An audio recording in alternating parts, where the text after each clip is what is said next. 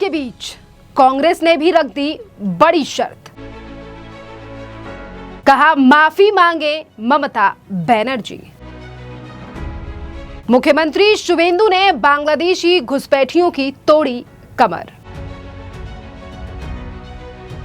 पश्चिम बंगाल में जहां टीएमसी के अब दो धड़े बढ़ चुके हैं, तो इसी बीच अब कांग्रेस ने भी ममता बनर्जी को लेकर अब बड़ी मांग कर दी है और कांग्रेस ने कहा है कि टीएमसी प्रमुख ममता बनर्जी को 21 जुलाई के शहीदी दिवस कार्यक्रम में शामिल होने का न्योता दिया है। और कांग्रेस के प्रदेश अध्यक्ष शुभंकर सरकार ने ममता बनर्जी से माफी मांगने की अपील की है और कहा है कि जिस तरीके से ममता बनर्जी ने कांग्रेस को छोड़कर टीएमसी बनाई थी, तो यहां पर अब ममता बनर्जी को अपनी गलती माननी चाहिए कि उनका फैसला गलत था कांग्रेस को छोड़ने का, और इसीलिए अब ममता बनर्जी को माफी मांगनी चाहिए। दरअसल बंगाल में बीजेपी के अध्यक्ष ने कहा है कि अगर ममता बनर्जी अपने राजनीतिक अतीत का सम्मान करती हैं, तो उन्हें इतिहास को सही रूप से स्वीकार करना चाहिए।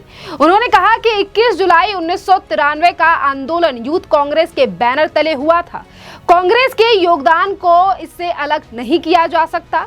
सरकार ने ममता बनर्जी को कांग्रेस के मंच पर लाने का न्योता देते हुए कहा है, यदि वह सार्वजनिक रूप से कांग्रेस छोड़ने के फैसले को गलत मानती हैं, तो शहीदों को श्रद्धांजलि देती हैं, तो ये राजनीतिक प्रयाश्चित होगा और ये महत्वपूर्ण कदम भी ममता बनर्जी के लिए होगा और उन्हें माफी मांगनी चाहिए। एक तरफ टीएमसी में पहले ही दो धड़े हो चुके हैं। ये जंग चल रही है कि आखिरकार टीएमसी का चुनावी चिन्ह और पार्टी किसके हाथ आएगी। एक तरफ रीताब्रत बनर्जी हैं, तो दूसरी तरफ ममता बनर्जी, जिनके पास गिने चुने नेता हैं, और अब कांग्रेस के द्वारा अब ममता बनर्जी के सामने ये नई शर्त। बात अगर राज्य की सरकार की करें, तो ममता बनर्जी की सरकार में और लेफ्ट की सरकार में जिस तरीके से बंगाल में अवैध घुसपैठियों को बसाया गया था, आज इन्हीं अवैध घुसपैठियों की टांग तोड़ने का काम कर रही है शुवेंदु अधिकारी की सरकार। दरअसल पश्चिम बंगाल की राज्य सरकार ने भारत बांग्लादेश सीमा पर बाढ़ बंदी के लिए अब 1024 एकड़ जमीन को बीएसएफ को ट्रांसफर कर दिया है और ये कदम बंगाल की सुरक्षा को देखते हुए राज्य के मुख्यमंत्री शुवेंदु अधिकारी के द्वारा लिया गया है। और इसी के साथ साथ 172 किलोमीटर लंबी सीमा पर अब फेंसिंग की शुरुआत हो चुकी है। दरअसल भारत बांग्लादेश सीमा पर लंबे समय से घुसपैठ, पशुओं की तस्करी और अवैध प्रवासन की समस्या काफी ज्यादा हो रही थी। इस फैसले से बीएसएफ को फेंसिंग का कार्य करने में पूरी तरीके से आसानी होगी, जिससे सीमा सुरक्षा और भी ज्यादा मजबूत होगी, जो टीएमसी के शासन में नहीं थी। और ये ट्रांसफर सीमा पर बाड़बंदी को गति देने का बड़ा कदम है। इससे न सिर्फ अवैध घुसपैठ पर अंकुश लगेगा, बल्कि क्षेत्रीय सुरक्षा को भी काफी ज्यादा बढ़ावा मिलेगा। केंद्रीय गृह मंत्री और राज्य सरकार ने इस संयुक्त प्रयास से सुरक्षा विशेषज्ञों का स्वागत कदम योग्य बताया है और विपक्षी दलों की ओर से अभी तक इस पूरे मामले पर कोई भी प्रतिक्रिया नहीं आई है। पर आपके लिए बता दें कि आज जिस तरीके से बीएसएफ को ये जमीन सौंपी गई है, बंगाल की व्यवस्था को देखते हुए इस तरीके के कदम पहले नहीं उठाए जाते थे, बल्कि ये मामला कोर्ट तक भी पहुंचा और केंद्र सरकार के द्वारा भी कई बार ममता बनर्जी को चिट्ठी तक लिखी गई, पर ममता बनर्जी ने बीएसएफ के लिए जमीन नहीं सौंपी। और यही बड़ा कारण था कि बंगाल में जो मुर्शिदाबाद और तमाम एरिया हैं, जो बांग्लादेश से यानी कि सटे हुआ बॉर्डर है, और वहीं से ज्यादातर अवैध घुसपैठिए पश्चिम बंगाल और भारत के अंदर आ रहे थे। बात यह पश्चिम बंगाल की व्यवस्था की ही नहीं, बल्कि पूरे देश की सुरक्षा की बात है। जिस तरीके से ममता बनर्जी ने इसी सुरक्षा से काफी लंबे समय तक खिलवाड़ किया, सिर्फ और सिर्फ अपने वोट बैंक को बचाने के लिए। पर आज सरकार का बदलाव बंगाल में हो चुका है। ममता बनर्जी की पार्टी में दो धड़े हो चुके हैं, यानी कि ममता बनर्जी को पहले जनता ने नकारा, तो आज उनकी पार्टी के नेता उनसे अलग होकर ही कह रहे हैं कि हम उन नीतियों का भी विरोध करते हैं जो ममता बनर्जी के द्वारा लाई गई और की गई। और ममता बनर्जी की जब तक सरकार चली, शासन चला, परिवारवाद काफी ज्यादा था। इस तरीके के आरोप भी आज रीताब्रत बनर्जी की पार्टी में गए वो लोग और जिन्होंने जिन्होंने टीएमसी से ही पूरा नाता तोड़ दिया है, आज वो लोग भी इसी तरीके के आरोप लगा रहे हैं। और वहीं दूसरी तरफ शुभेंदु अधिकारी सरकार के द्वारा बंगाल में किए जा रहे ये तमाम काम, जिस पर अब ये भी कहना है जनता का कि असल बदलाव अब बंगाल में देखने के लिए मिल रहा है। जिस तरीके से घुसपैठियों के खिलाफ लगातार एक के बाद एक बड़ा कदम उठा रही है शुभेंदु अधिकारी की सरकार। वहीं आपके लिए बता दें कि कई मुद्दों को लेकर भारतीय जनता पार्टी के एमएलए विजय कुमार ओझा का भी बयान सामने आया है और उन्होंने ममता बनर्जी से लेकर कई मुद्दों पर अपनी राय रखी है। सुनिए क्या कुछ कह रहे हैं विजय ओझा। कल विधाननगर कोर्ट में डीजे मामला केस में अभिषेक बनर्जी को कोर्ट से राय दिया हुआ है, तो उनको वॉइस स्टेशन देना ही पड़ेगा। क्या बोलेगा? कल उनको जाना ही पड़ेगा। जाना तो पड़ेगा, क्योंकि पहले जैसे बंगाल के अंदर शासक का कानून था, अभी कानून का शासन है। कोई कितना भी बड़ा या कोई कितना भी कुछ हो, उसको कानून के तहत चलना पड़ेगा।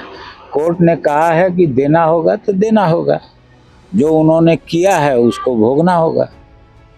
बोल रहा है कि खिलाफ दिवस जो पालन कर रहा था 16 अगस्त में ममता बनर्जी जो लागू किया हुआ था, तो अभी से देख रहे पश्चिम बंगाल में बीजेपी सरकार आने के बाद 16 अगस्त का दिन आपका आयुष्मान दिवस पालन करेगा। क्या बोलेगा? 16 अगस्त का वो काला दिन, जिस दिन से डायरेक्ट एक्शन सुहरावर्दी के नेतृत्व में चालू हुआ था, बंगाल की जनता को भुलाने के लिए पिछली सरकार ने उसको खेला होवे दिवस करके खेल दिया था। लेकिन अब राष्ट्रवादी सरकार है शुभेंदु अधिकारी जी के नेतृत्व में, मुख्यमंत्री जी के नेतृत्व में, तो उसको आयुष्मान दिवस के रूप में हम लोग पालन करेंगे, ये आह्वान किया है। तृणमूल कांग्रेस के ममता बनर्जी घर टूट गया है, 21 जुलाई किस तरफ से होगा? ममता बनर्जी के घर बोलिए और ऋतु का घर बोलिए। वो तो पहले ही वहाँ पर हम लोग तो बोलते थे असली लक्की बाबू का सोना चांदी का दुकान का तरह टीएमसी था। वही बोलता था हम दादा का है, कोई बोलता था हम दीदी का है। अब तो पता नहीं कौन सा किसका है। हाँ, निकल करके आता है कि कौन टीएमसी है कौन क्या है, तभी पता चलेगा। अब आगे देखें 21 जुलाई क्या होता है। हम लोगों ने तो देखा कि जिस चीज़ के लिए 21 जुलाई मनाया जाता था और जो हत्यारे थे वो उनके स्टेज पर बैठे, तो फिर वो 21 जुलाई क्या चीज़ का। लेकिन अब देखें कौन असली है कौन नकली है। एयरपोर्ट का सुरक्षा लेके जो मस्जिद उसको वहाँ पर नहीं घुसने दे रहा है, तो मस्जिद का जो अभी एयरपोर्ट के सामने जहाँ थे और दूसरा जगह पर शिफ्ट कर दे रहा है, इनके बारे में क्या बोलिएगा? देखिए, विकास के आगे और सुरक्षा के आगे जो कुछ भी होगा वो करना पड़ेगा, क्योंकि बंगाल 3 राज्यों के साथ साथ 3 अंतर्राष्ट्रीय सीमाओं से बंधा हुआ है और एयरपोर्ट जैसे सुरक्षा के उस दृष्टिकोण से वो कोई भेद ना रह जाए, इसके लिए ये बना है। तो उसमें कोई असुविधा नहीं है, विकास भी होगा और सुरक्षा भी होगी। 21 जुलाई पुलिस का परमिशन नहीं दिया है former chief minister Mamata Banerjee के विरुद्ध में, क्या करेंगे? इस तरफ से आपका ऋतु पोतो का घर का परमिशन मिल गया है नई रोड में, क्या बोलेगा?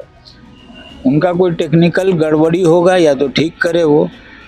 हम लोग भी तो हमारे जो आज के मुख्यमंत्री हैं उनको 100 बार से ज़्यादा शतक लगाए तब जाकर के यहाँ कार्यक्रम करना पड़ा। कई केस हैं, तो वो उनके परमिशन के लिए हमारे मुख्यमंत्री जी ने कहा था कि हम लोग किसी का परमिशन नहीं अटकाएंगे।